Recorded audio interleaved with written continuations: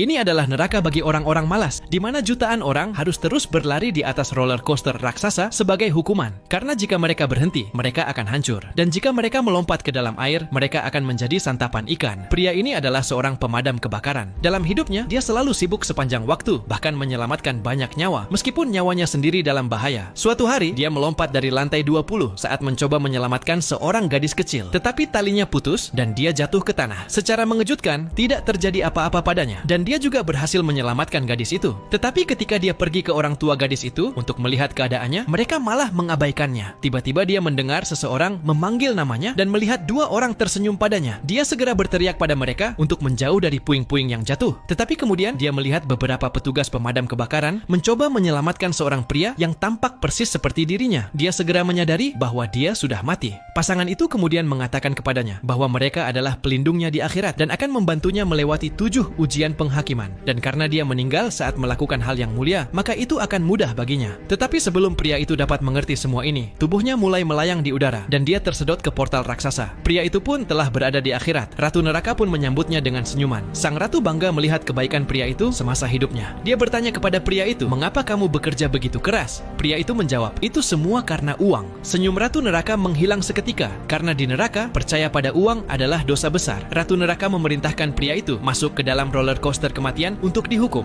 Melihat ini, utusan neraka dengan tergesa-gesa menarik rakit kemudian memanggil cermin ilahi, meminta ratu neraka untuk melihat kehidupan pria itu lagi. Ternyata pria itu memiliki 5 pekerjaan dalam hidupnya. Setiap hari setelah bekerja, dia akan pergi ke restoran untuk bekerja sebagai pelayan. Di akhir pekan, dia akan mengantarkan barang, membersihkan kamar mandi, dan bahkan bekerja sebagai sopir. Dia bekerja sangat keras untuk ibunya dan adik laki-lakinya yang masih sekolah. Ratu neraka sangat tersentuh oleh pria itu, sehingga dia akhirnya membebaskannya.